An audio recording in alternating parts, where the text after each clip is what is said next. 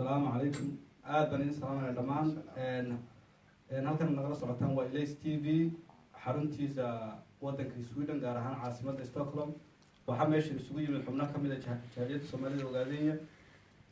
wuxuuna ku saabsan yahay barnaamijkan dood wadaag marxaladii hadda soo cusboonaatay xasuuqii loo geystay shacabka Soomaalida Ogaadenya ee u geysatay maamulka maqaarsaarka Oromada.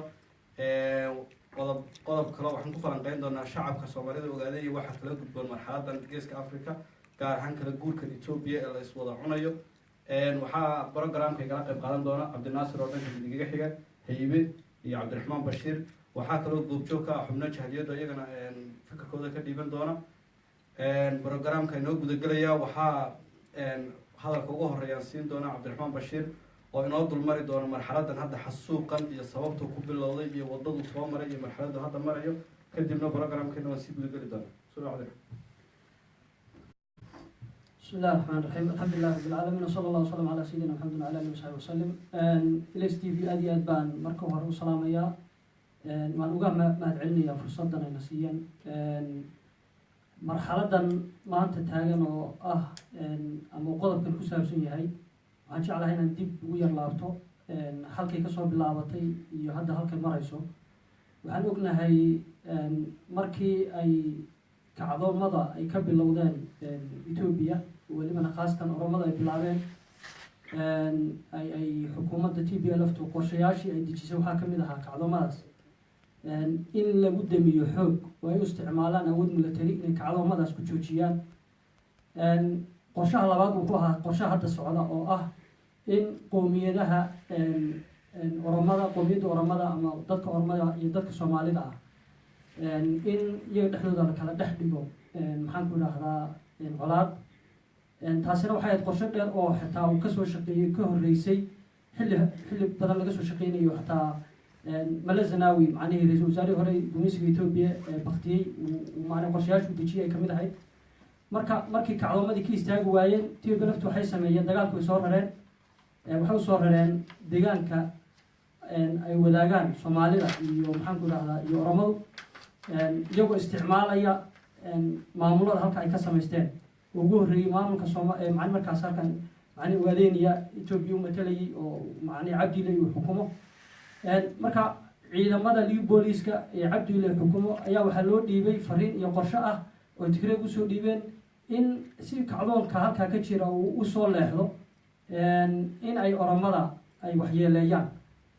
markii arrintaasi dhacday ee Oromada ay waxyeeleeyeen ciidamada liu boolisku ummadda Soomaaliyeed oo dhan ama ha ahaato jamhuuriyadda xorta ee Soomaaliya ama ha ahaato Soomaalida Ogaadenya iyo khaasatan welibana jabhadda ONLF way ka kaceen arrintaasna bayaamay ka soo saareen way ka hadleen in ummadda Oromada aan la dulmiin arrintaa lagula kacayna ciidamada liu booliska ee Ethiopia qorshaha usoo dhiibtay uu qorshe khaldan yahay lagu marin habaabinayo la rabo in labada shacbi ee walaalaha halkaa degan in la isku jebiyo oo maaragtay la isku dilo. arrinta halkaas ka soo bilaabatay qorshe gumeysku soo dhiibay ahayd qorshihiiba ilaa hadda socda. marka waxaad moodaa arrintii dadkii bilaabay oo maamulka macnihii TPLF-ta iyo kii Cabdiley maanta markii Soomaalidii la laayay Soomaalidii arrintii maaragtay la xasuuqay in meeshii Tigraygu doonayay la gaarsiiyey inay ka aamuseen shacabkii inay waxba u qabanayn. waxaa iyadana nasiib darro ah waxaan filaynay sidii aan anagu uga hadalnay jaaliyadaha dibadaha iyo dadka activistiga iyo dadka siyaasiyiinta ee Soomaaliyeed iyo kuwa reer Ogaadenya ay uga hadlayeen Oromada in aan la baabi'inin ama in aan la laynin. waxaa nasiib darro in ay kuwii Oromadu maanta ay ka aamuseen ay ku tilmaamaan dad intaa leegoo la laynayo oo shacbi ah oo dadka laynaya ay og yihiin inay yihiin xukuumadda maaragtay TPLF qorshe ay soo dejisay iyagoo isticmaalaysa maamulka Oromada liu booliska Oromada iyagoo isticmaalaya inay ka aamusaan ama abad qaarkoodba ay ku taageersan yihiin oo ay u arkaan inay sax tahay in dadka masaakiinta ee Soomaalida halkaa degan in la laayo inay sax tahay.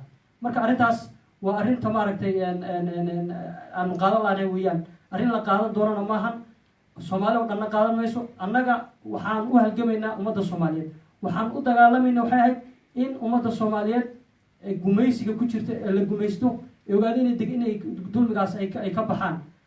marka ma yeeli doono labadii macni waxay Oromia waxay lahayn waan dulmanahay gumeys baan haystaa annagana waanu dulmanahay marka labadii dulmi in ay dulmi kale ay maaragtay oromadii ay kusii daraan oo shacbigii soomaaliyeed la gumaado ma ka yeeli doono marka waxaan ka rabnaa oromada waxaa naga dhexeeya xiriir wanaagsan oo waxaan ku wada jiray halgan dhibaatona wada haysata oo labada shacbi iyo labada deegaanba dhibaato isku mid a muddo dheer soo haysatay marka waxaan rabnaa oromadaas iyo annagu isku mid baanu nahay isku dhibaataana haysatay inayna maanta ayna dulmigii iyagu shalay aanu maaragtay aanu annagu ka qaylinayna nahay cabdi ile iyo etoobiya waa inayna ku samayn waa inay maanta ka aamusan waa inay ka hadlaan hadday ka hadli waayaan oo ay nimanka oromada macnihii jabhadaha oromada ah OBDO waan ka filaynay OBDO waa niman ku jira EPRDF waan ka filaynay inay shacbiga soomaaliyeed gumaadaan inay fuliyaan qorshaha gumaysiga etoobiya wax laga filayay laakiin kamaanaa filaynin kuwa u halgamaya oromiya in ay ku taageeraan dulmiga ay OBDO samaynayso lagama filaynin marka waxa weeyaan waa inay hadda arrintaas si cad uga hadlaan nimanka activistaha iyo nimanka hogaaminaya kacdoomada iyo jabhadda OLF oo aan isla oo welibana isla nahay xisbi gaar aan naga dhexeeyo oo aanu isla nahay oo alliance nahay waa inay ka hadlaan haddii arrintaa ka hadli waayaan oo ka aamusan waxay ka dhigan tahay sida saasay raalli ku yihin marka waxa weeyaan waxaa la gudboon shacbiga soomaaliyeed meel ay joogaan ba inay arrintaa ka kacaan soomaalidu waa dad walaalo ah waxaana leenahay maxaan ku dhahdaa dulmigaas lagu hayo ma geeyo dadka la laayana welibana waa dad dhex deganaa waa dad deganaa oo meesha in badan deganaa oroma soomaali way dhex degan tahay waxay joogaan boosaaso waxay joogaan hargeysa waxay joogaan jigjiga waxay joogaan muqdisho waxay joogaan kismaayo lama laynayo marka oromada ceeb bay ku tahay dadkii dhex deganaa ee soomaalida inay maanta layaan oo dad intaa la ego tiradooda la qiyaaso aada fara badan inay intaa gumaadaan ceeb bay ku tahay haddii aysan arrintaas laga hortegin waxay arrintaasi wakti u siinaysaa oo usii dheeraynaysaa cimriga gumaysigii sii jiray etoobiya waxayna fulinayaan oromadu ha ogaadaan waxay fulinayaan qorshihii TPLF ee rasmiga ahaa ay rabeen inay oromiya iyo ogaada inay kusii haystaan baa la fulinaya arrintaas haddii ayna oromada iyo dadka maaragtay gumaysla dagaalanku ayna hadda ka hortegin waxay ogaataan in uu lumayo halgankii dheeraa ee oromiya ay soo gashay iyo kii halgankii dheeraa ay ogaadeen iyo soo galeen labaduba in ay khadka ka baxayaan oo dagaalo sokeeye oo maaragtay foolxun ay halkaa ka dhici doonaan arrintu ayna intaa ku ogaan doono waa in saa loo fikiraa waa in aragti dheer halkaas maaragtay ay yeelataa marka intaasaan dhihi lahaa dagaalku waa dagaal halkaa laga soo abaabulay haddana halkaasuu maraya waa mahadsantihin wuu mahadsan yahay mudan cabdiraxmaan bashiir halkaad nagala socotaan waa Ilays TV gaar ahaan Stockholm Sweden waxaan hadda u gudbin doonaa oo fikirkiisa isagana ka dhiiban doona iyo oraahdiisa mudan cabdinaasir oo dhanka midiga xiga cabdinaasir fikirkaaga ku aadan arrimahan xasuuqa ee dhacay shacabka soomaaliyeed loo geystay kusoo dhawow بسم الله الرحمن الرحيم أحمد أدو ما صندهي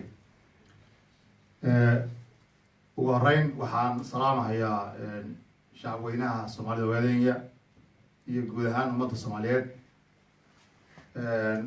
انت كدب وحان مارتي أدو واحد نهاي وحا ورق سوية هي يو قاب كودا هيامبا سيدا الله سعطانا وربحين تهورا لو ديبي أرين تاني ما حد باللامين معها qorshe dheer buu ahaa oo ay xukuumadda wayaanaha ee arsaba fadhida ay soo maleegtay kadib kacdoonkii maarata ku bilaabmay wax la qariibsan karana ma aha oo wax maaragtay dhaca markii arrimahan oo kale ay xukun ku furmaan laakiin waxaa la rabaa inay shucuubta markaas dhexdooda ay fahmaan arrintan dhacday hadda wararka soo yeedhahaya waa arrin foolxun weeye waxaa muuqata oo wararku sheegayaan in xasuuq baahsan loo geystay ummadda soomaaliyeed reer ogaadenya laga soo bilaabay xuduudka Kenya ilaa iyo balbaleyta oo maanta ugu dambeysay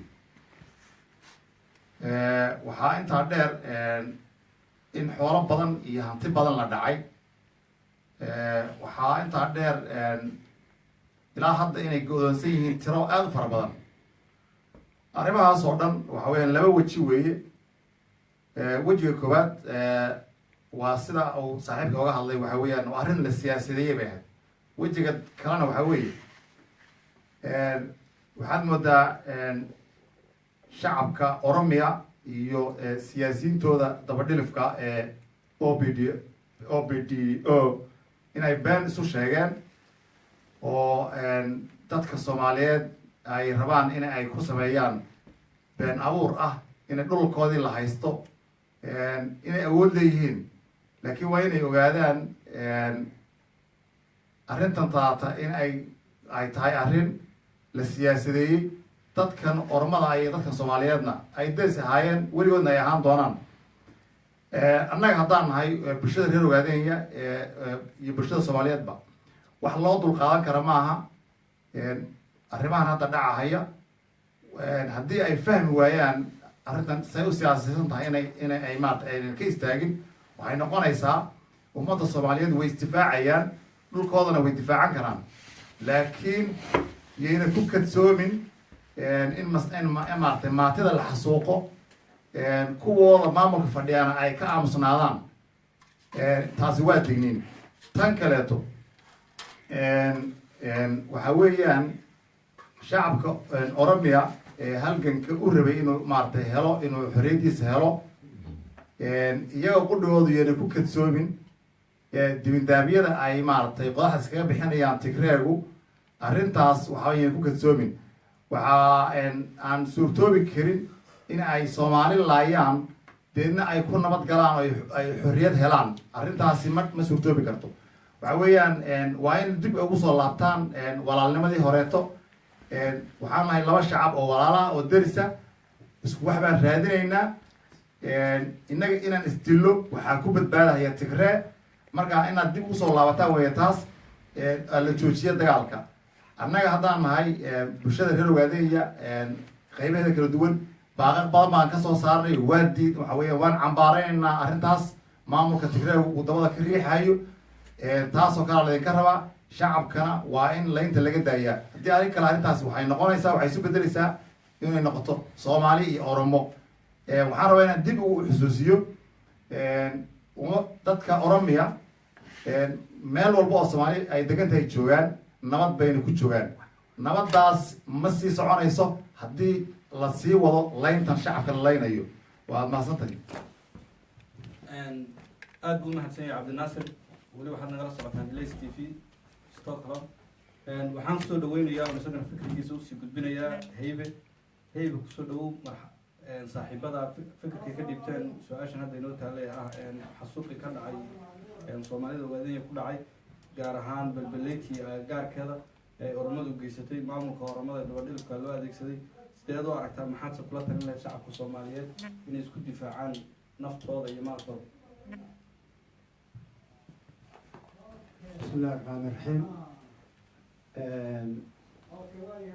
waad mahadsan tahay Axmed, aad iyo aad baad mahadsan tahay. programka aad soo dhigteenna goortii loo baahnaa ayuu yimid.